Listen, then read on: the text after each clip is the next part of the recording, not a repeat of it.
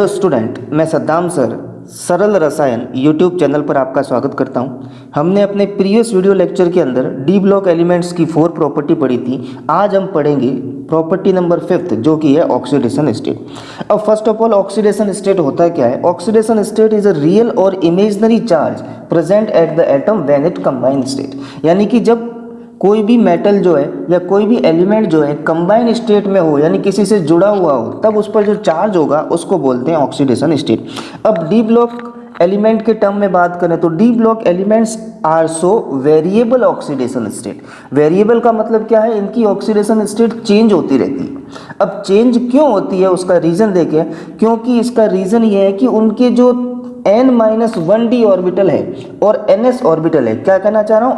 n-1d orbital and ns orbital का energy gap बहुत कम होता है, और एनर्जी गैप कम होने के कारण इलेक्ट्रॉन दोनों में से इजीली रिमूव हो सकता है। यानी कि बॉन्ड बनाने में n-1d ऑर्बिटल भी पार्टिसिपेट करता है और ns ऑर्बिटल भी पार्टिसिपेट करता है। इस रीजन से ये क्या शो करते हैं?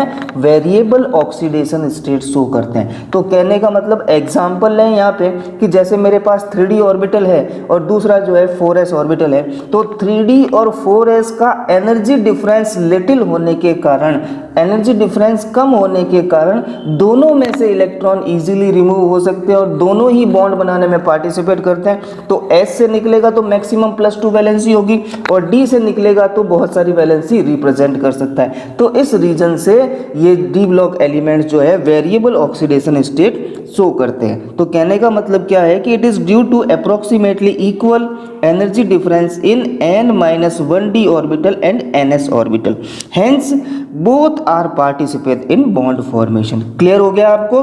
वेरिएबल ऑक्सीडेशन स्टेट क्यों शो करते हैं, उसका रीजन। वेरिएबल ऑक्सीडेशन स्टेट क्यों शो करते हैं? क्योंकि उनके बीच का एनर्जी गैप बहुत कम होता है ऑर्बिटल्स के बीच का।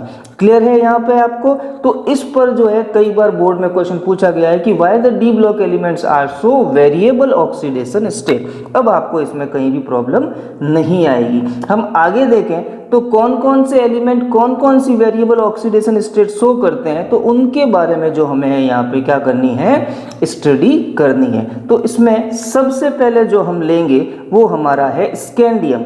स्कैंडियम +2 भी शो करता है, +3 भी करता है। इसी तरीके से टाइटेनियम देके +2 भी करता है, +3 भी करता है, +4 करता है। इसी तरीके से वेनेडियम देके +2 से लेकर +5 करता है। इसी तरीके से हम जो इसके अंदर क्रोमियम देखें तो +6 तक रिप्रेजेंट करता है। इसी तरीके से मैग्नीज देखें तो हाईएस्ट ऑक्सीडेशन स्टेट रिप्रेजेंट की जाती है जो कि +7 है। अब इसके बाद आगे चलें तो आगे हमारे पास जो यहाँ पर है वो है आयरन। आयरन +2 रिप्रेजेंट करेगा, +3 रिप्रेजेंट करेगा, +4 रिप्रेजेंट करेगा, 5 भी करेगा और 6 भी रिप्रेजेंट करता है।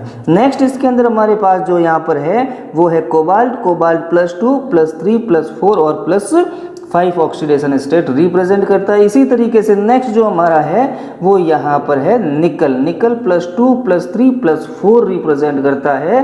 नेक्स्ट हमारा जो है कॉपर, वो +1, +2 रिप्रेजेंट करता है। लास्ट जो हमारा बचा वो है जिंक, वो only for +2 oxidation state represent करता है। तो यहाँ पर देखा जाए इन वेरिएबल ऑक्सीडेशन स्टेट के अंदर स्कैंडियम जो है +2, +3 कर रहा है, उसके बाद +4 हो रहा है, फिर +5 हो रहा है, अगला एलिमेंट +6 हो रहा है, +7 हो रहा है। यानी कि 3 से लेकर 7 तक ऑक्सीडेशन स्टेट इंक्रीज हो रही है। फिर वापस उधर जाएं तो ऑक्सीडेशन स्टेट क्या हो रही है? डिक्रीज हो रही है। अब तक हमने डी ब्लॉक की इतनी सारी ऑक्सीडेशन स्टेट पढ़ी और ये पढ़ा कि D block elements variable oxidation state represent करते हैं। तो अब हमारा जो अगला टॉपिक होगा कि इनमें से कौन सी ऑक्सीडेशन स्टेट ज़्यादा स्टेबल होगी। तो टॉपिक जो हमारा है वो है स्टेबिलिटी ऑफ ऑक्सीडेशन स्टेट। तो यहाँ पर मैं फर्स्ट ऑफ ऑल जो लेना चाहूँगा वो लूँगा स्कैंडियम +2 आयन को और स्कैंडियम +3 आयन को। जब इस तरीके के क्वेश्चन आए कि इनमें से कौन सी ऑक्सीडेशन स्टेट स्टेबल है, तो आपको क्या काम करना है, सीधा सा उनका इलेक्ट्रॉनिक कॉन्फ़िगरेशन लिख लेना है। और इलेक्ट्रॉनिक कॉन्फ़िगरेशन लिखने के बाद देखना है कि किस आयंस में ऑर्बिटल्स जो है हाफ फिल्ड या फुल फिल्ड है। जिसमें भी हाफ फिल्ड या फुल फिल्ड होंगे वो स्टेबल होगा, और जिसमें इनफिल्ड होंगे वो अनस्टेबल होगा। क्लियर है यहाँ पे? अब कैसे है उसको देखते हैं। तो सबसे पहले मैं स्कैंडियम का इलेक्ट्रॉनिक कॉन्फ़िगरेशन लिखूंगा। तो यहाँ पर स्कैंडियम का इलेक्ट्रॉनिक कॉन्फ़िगरेशन जो है वो होता है Ar4s2 3d1, क्योंकि इसका एटॉमिक नंबर 21 होता है। ऑर्गन के 18 और 4s में 2 और 3d में 1, कुल मिला के 18 + 3 हो गए 21। ये हो गया इसका स्कैंडियम का इलेक्ट्रॉनिक कॉन्फ़िगरेशन। लेकिन हमें किससे मतलब है? हमें स्कैंडियम +2 से मतलब है। तो उसका क्या होगा? +2 का मतलब क्या है? 2 इलेक्ट्रॉन बाहर निकले हुए हैं। तो मैंने 4s में से 2 इलेक्ट्रॉन निकाले। अब 4s में से 2 इलेक्ट्रॉन क्यों निकाले हैं? क्योंकि इसकी एनर्जी कम होती है, इस कारण से 4s में से निकाले हैं। अब आगे देखें, स्कैंडियम +2 के बाद स्कैंडियम +3। अब स्कैंडियम +3 का मतलब क्या है? 3 इलेक्ट्रॉन निकले हुए हैं, तो 4s में से भी निकलेगा और 3d में से भी इलेक्ट्रॉन रिमूव होगा।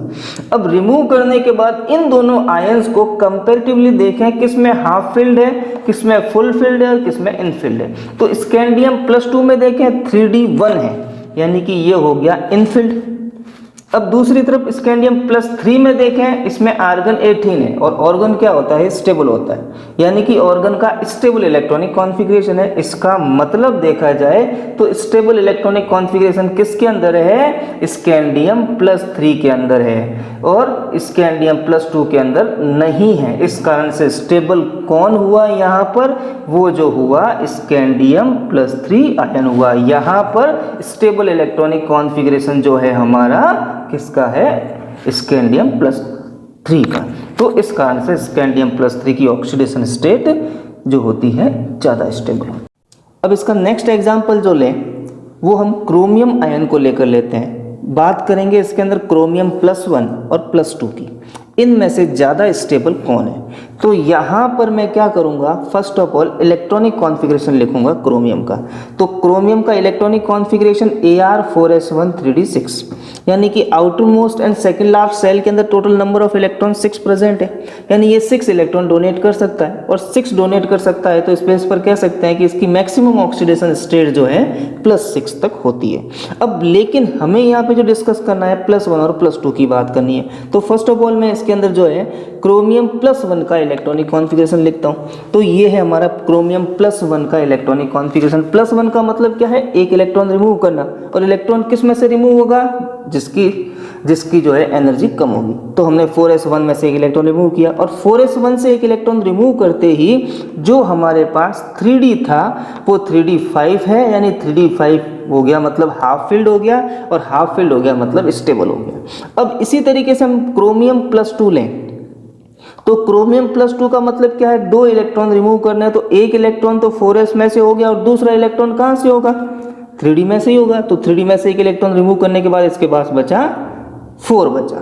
तो यहाँ पर जो है +4 नहीं बेटा, यहाँ पे 4 है। तो यहाँ पे आप क्लियर कर लेना, यहाँ पे 4 लिखा हुआ है। तो इस तरीके से हम देखें क्रोमियम +1 के अंदर हाफ फील्ड इलेक्ट्रॉनिक कॉन्फ़िगरेशन आ गया, और +2 के अंदर इनफील्ड आ गया। तो अब यहाँ पर मोर स्टेबल इलेक्ट्रॉनिक कॉन्फ़िगरेशन कौन सा हुआ?